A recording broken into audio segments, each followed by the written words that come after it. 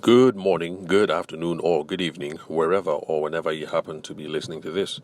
Thank you for listening to the Sales for the Nigerian Wedding Industry podcast. I'm your host, Abuja based event and wedding photographer Tavishima Ayede. So, at the last episode, I believe we went over the last of the qualifications frameworks that I had in mind that's introduced to you guys, the newbies who happen to be discovering the show for the very first time. So, we went over want, need, and afford. That's running the potential customers through what they want, what they need, what they afford, what they can afford, and if there's any sense of urgency. The spin framework, the one that I recommended for wedding planners, asking questions about the situation that they are at, the problems that they're facing, the implications and the need payoff, that is spin. And then we ran into BANT, which is budget authority, needs and timelines, something that I recommended, easy and handy to remember for wedding photographers who typically don't use questionnaires and checklists as part of their sales process. We need to get into the money conversations. That's the B, the budget, to be sure that our monetary expectations, the financials, to show that we all have the same expectations. Then authority, we need to be sure that we're speaking with the right person, because sometimes we spend a lot of time with the groom only and find out that the decision rested with the bride, or we spend a lot of time with the bride only and find out that the decision rested with her mom, or we spend a lot of time, like I happened to do a couple of years ago, spend a lot of time with the bride and her mom and have that fantastic lunch, only to find out that according to their own culture, it's the groom's family that is going to make that decision. And of course, by the time I realized that lots of traction had happened on the other end, and needless to say, I lost out big time. Yeah, and all I had was a fantastic afternoon lunch for that. But of course, fantastic lunch doesn't help to pay the bills. Okay, so that's why authority is really important. And then the need, and then the timelines, to be sure that there's some urgency and they're going to get ready to make a decision soon. Now, why did we come up with all these issues? We came up with all these issues because we were looking at a bigger question, and that was how do you influence strangers to buy, potential customers to buy? And tied into that question was whether we should be influencing them to buy in the first place, whether we should be influencing them or trying to use any form of pressure.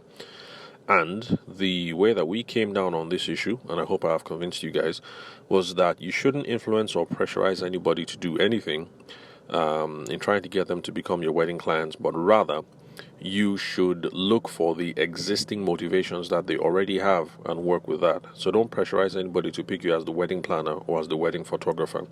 Use a questioning framework, your checklist, because wedding planners are really, really good at that.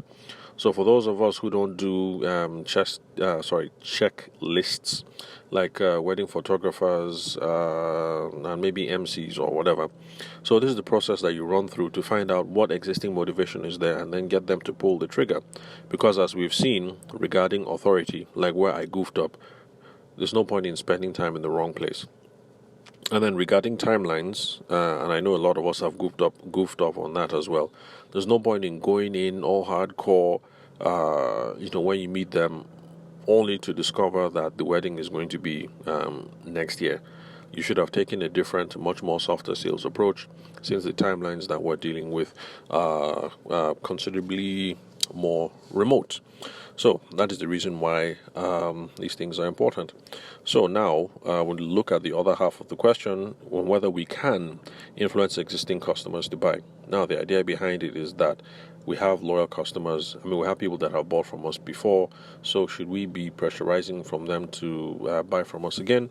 After all, that is a cardinal way that we can get to grow our businesses. People who have bought before, get them to either come back or to refer some other people.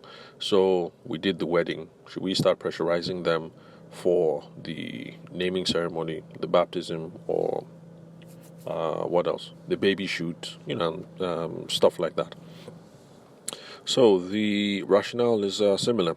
If you pressurize your current customers, if you pressurize people who have bought from you in the past, people, your former clients, into doing something, you're also putting yourself into the same dilemma.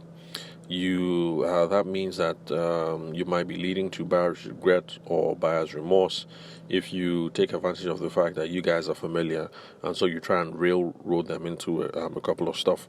Now, however, this doesn't mean that you should let go of the initiative in the sales process. As salespeople, we should always be taking the initiative. Now, with the questioning frameworks that we looked at in the previous episodes, you can see that even though the decision is going to be up to them whether they buy ultimately, you do have a say in determining how it is you guys move from A to B to C, and you're also running through these qualifications frameworks to be sure that there's an absolute that there's a good fit and that is a good fit, and we're all moving in the same general direction. So qualifications frameworks are still important here, and all the things that we've discussed in the prior episodes also apply here. So even though we're dealing with, just like when we're dealing with new customers, even though here with are people that we're already familiar with because we planned their wedding 9 months ago, we still have to rely on existing buyer motivation in order to get them to take that next step. So it's not just that it's automatic that 13 months ago we planned the wedding, so now it's a given that we are the ones who should plan the naming ceremony or the whatever traditions that people have around whenever the baby comes. So yes, there's an element of truth there that it will be easier in this situation because we have already established trust and credibility with these people. So just take it that for everybody that you have shot their wedding, planned their wedding, emceed their wedding, you've already established a certain level of trust and credibility with that client base. And so yes, you can rely on that. But when it comes to existing customers, the qualifications framework and all the activity that we're going to do is going to be done in the post-sales process. That means post-sales, after the sales. So after the most recent purchase, there's a customer service conversation that we have to run through with customers that we have served in the past, and that we hope will serve, that we will continue to serve them in the future. So it's qualifications frameworks now and customer service conversations. That is the framework that you have to have in mind when you're dealing with existing customers. And when I say existing customers, I'm using that in a loose term because in the wedding industry, the wedding and event industry, we don't have existing customers per se. Not like DSTV that has you and I as existing customers because we paid for our bouquet last month and we're going to do it this month and next month and on and on. So when I say existing customers, I'm just trying to use a general sense so that other people in other industries who also happen to be listening to this podcast can also vibe with us as well. So basically people who have bought from us before in the past. So in the future episodes of the podcast, that is where we're going to be going. We're now going to be looking at this overarching issue. We have existing customers, people that have bought from us before. How do we influence them to buy? Should we influence them to buy? And we're going to be looking at, I'm not going to rehash the qualifications frameworks because we've already done that, but we're going to be looking at the art of customer service conversations, the whole point of which is to make sure that everybody's happy and there were no problems, and then it also leads up to the whole thing of follow-ups and follow-throughs and how we nurture the relationships with these category of people. So those will be the future episodes that we're going to hop on in the next couple of days.